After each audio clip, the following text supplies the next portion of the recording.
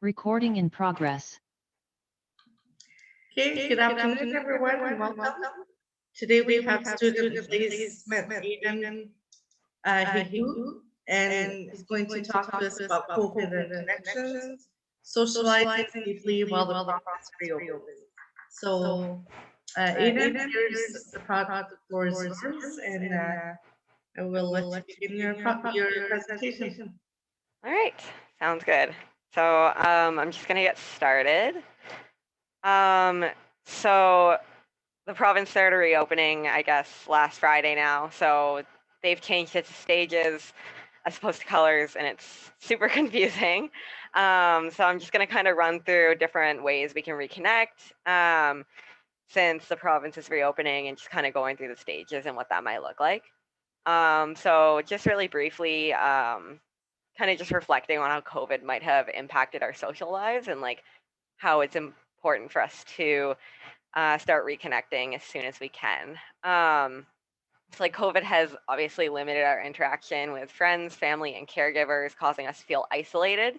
And support services such as therapy and doctor's appointments moved online. So it was really hard to kind of have any physical contact with others for over a year now. Um, Feelings of anxiety and depression were probably amplified or kind of started arising. And obviously, decreased opportunities to leave the home also can affect our physical health as well. So, let me just shift this. So, as I mentioned, Ontario is going to be reopening in 3 stages. So, they've said that we're going to be staying in each one for 3 weeks. And instead of things being based on the number of cases, it's going to be based on the number of people that are vaccinated. So far, I can't remember the exact percent now, but we are over 60%, getting closer to 70. We're still going to have to wait 3 weeks before we can move into the second stage unless that changes. So stage 2 is going to look a bit different. So 70% of the population will have to have 1 dose and 20% will have to have 2 doses. The good thing is they just opened up registration for people that are living in Southern Ontario hotspots, and I believe in Timmins and surrounding area. So that number of 2 doses will hopefully get to pretty soon. And then stage 3 is going to be based, I guess, more towards people with 2 doses. So 70 to 80% with 1 dose was the range, with 25% of people having 2 doses. Right. So for stage 1, right now, we're allowed to get together with up to 10 people outdoors. They're still recommending like practicing social distancing, especially if people aren't part of your social bubble, so like family members or a very close friend, like if you're the only one seeing them and you're back and forth, just being mindful of that and wearing masks where possible. So you're now also able to go to restaurants with outdoor dining. So they're letting up to 4 people per table. But if you're going to a restaurant and say you have like 5 or 6 people and there's kids, so say you have 2 children or 2 grandchildren with you, they will let you sit together. They're still you'll just be a little bit further out on the patio from what I've seen. Um, so that's definitely nice. A lot of the patios in North Bay have expanded the number of tables they have. If anybody's seen, like Burger World now has tents outside. Sills has expanded out into the parking lot, so more availability is nice. Outdoor fitness classes of up to 10 people. So I know that I believe not the studio, but there's a yoga place up near the RBC towards McEwen, if anybody knows it. They've done outdoor classes in the past, especially last summer, for varying levels down by the waterfront. So hopefully that will start up again. And I know some places on Main Street were looking at having um, like outdoor cycling classes as well for different levels.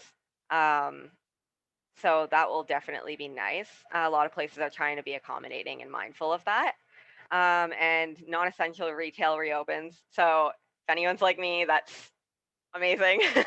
I've been waiting to get into Walmart for weeks. So no more curbside pickup for those places if you're like me and you prefer to go in and kind of shop around and pick up your stuff, which is going to be really nice. So that includes Walmart and then other stores that are front facing. So the malls, the inside stores are still closed. Um, they are most likely opening during stage 2, I believe, but I'll get into that after. But things like HomeSense, Winners, Walmart, any of those kinds of stores, Michael's, like arts and crafts, you can now go inside. And religious services can be held outdoors as long as people are staying 2 meters apart. They haven't specified a cap on that. That's also going to be, most places will offer their services online as well still. So if you're not quite comfortable going outside and being around that many people yet, you can still attend virtually. And then outdoor attractions such as pools, hopefully will open soon, historic sites and gardens. So the splash pad in North Bay is now open. There's no restrictions on going to the beach. That kind of stuff. I know down south there are some activities and attractions that are opening. For me, Wonderland is hopefully opening soon, but places like that, they'll just have caps and you'll probably have to book in advance. So you'd have to buy a ticket online and there'll be kind of time slots for you to go. So that'll help keep numbers down. And just kind of specifying on some of that, when we're talking about activities such as reconnecting with family, reserving a table for lunch with them is a great way to get that brief social interaction if you're not quite comfortable yet with engaging with a lot of people for a long amount of time. I know it's a bit of a shock after being isolated for so long, and it's a bit draining having to kind of socialize for longer periods of time. So kind of easing your way into it. Outdoor activities. So some local community centers, if you have one near you, will also begin offering more programming. So that's not just exclusive to like yoga and cycling from like specific locations. They're looking at offering some day programming outdoors as well. And then outdoor attractions, just a little bit more specified. The Toronto Zoo and Ripley's Aquarium are still offering virtual visits. A lot of places where it's you're going to visit and look at, say, animals or fish or gardens, they're still offering the opportunity for you to attend virtually and check things out that way. So even attending those from up north is a great way to kind of still feel connected with everything opening up. And of course, outdoor activities such as bird watching, meditation, and having coffee with up to 10 other people spaced out outside are also safe options. Just the key is to keep that 6 feet and make sure you're in a open area. So stage 2. So they're increasing the number of people that you can gather with outside quite a bit. So up to 25. And then indoor gatherings are up to 5 people. Outdoor dining, they're increasing it to 6 people. Of course, that's give or take if you have young kids with you. So that'll be a lot better, honestly. It's nice to go out with your friends in that case, and hopefully you'll have kind of eased your way back into these social interactions and spend a little more time outside with people. So both non-essential and essential retail will be open, of course. The capacity will increase a bit, so you won't have to wait in line as much. And then personal care services, thankfully, will reopen.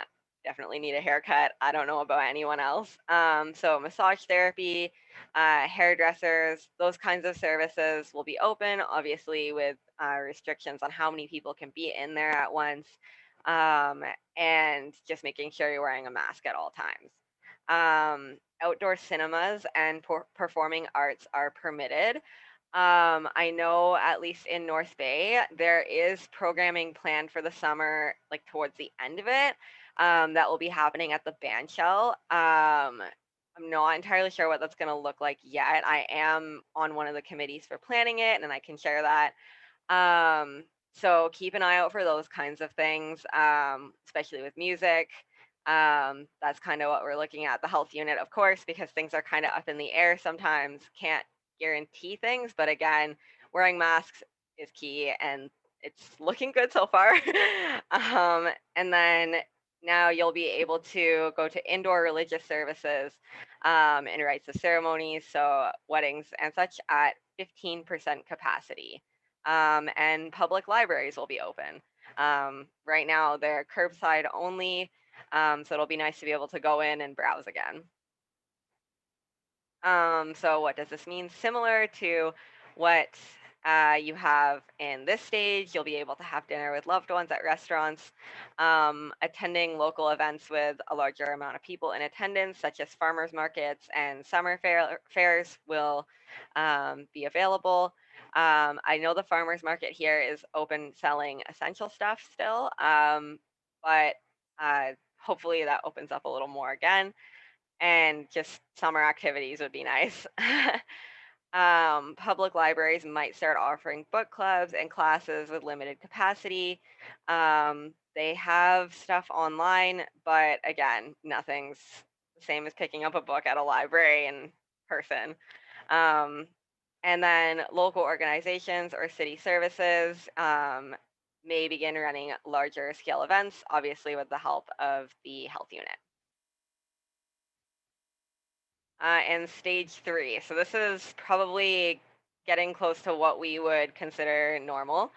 So they haven't really specified any like capacity limits for a lot of these things. I think they're trying to play stage 3 by ear. So outdoor gatherings with larger capacity limits, indoor gatherings with larger capacity limits. Same with indoor dining.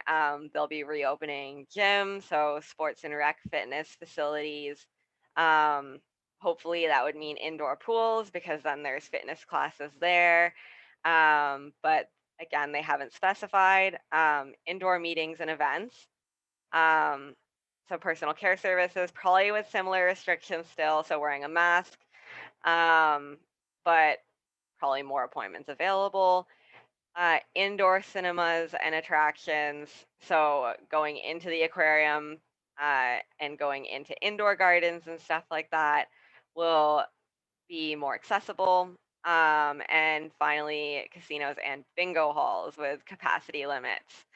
Um, that's going to be awesome. I have a bunch of friends that go to the bingo games up here, and they have been pretty upset that they haven't been able to go in a while. So it'll be awesome for that to reopen.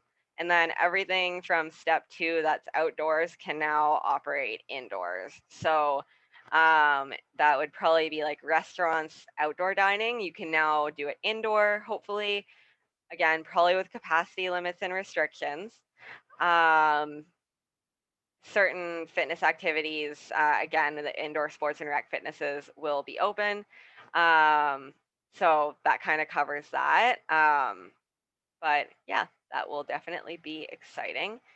And then just elaborating on that a bit. So everything from stage 1 and 2 is more accessible.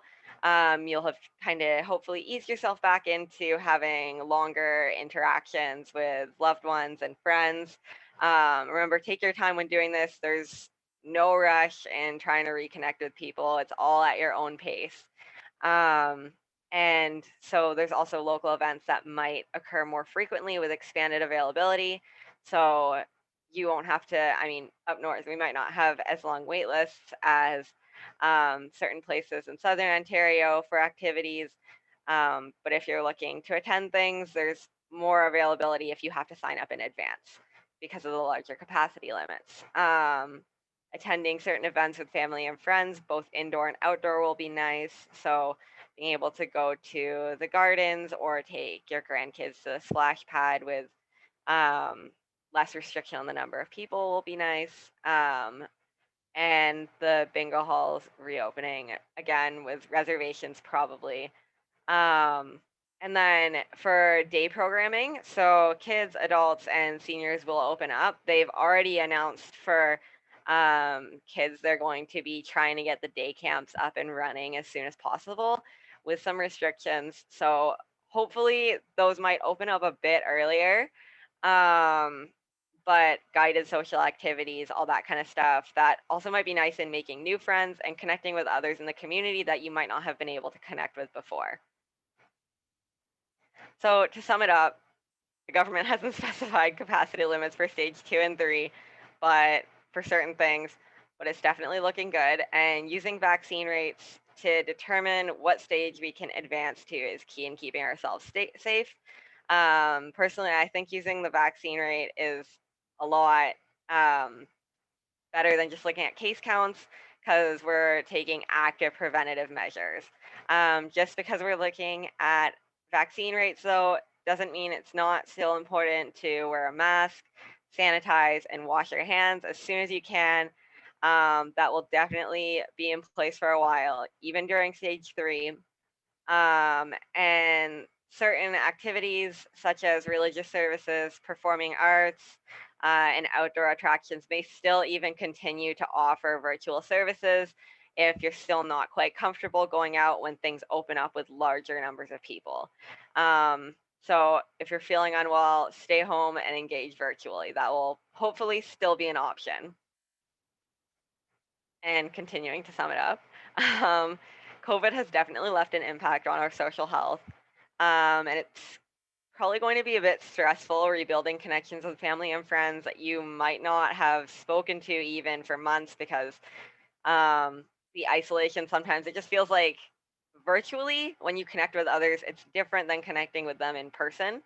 And it can be a little bit draining socially to reconnect in person again after not seeing someone for so long. And sometimes it's just hard to continue conversations virtually with others. So I know there's people I haven't spoken to in months. And probably until we're able to interact outside, I will continue to still be a little bit isolated, but coming out of that shell is definitely a step forward. And of course, social engagements can help reduce anxiety and depression or feelings of it. However, struggling to reconnect with others and having difficulty managing these emotions can be normal.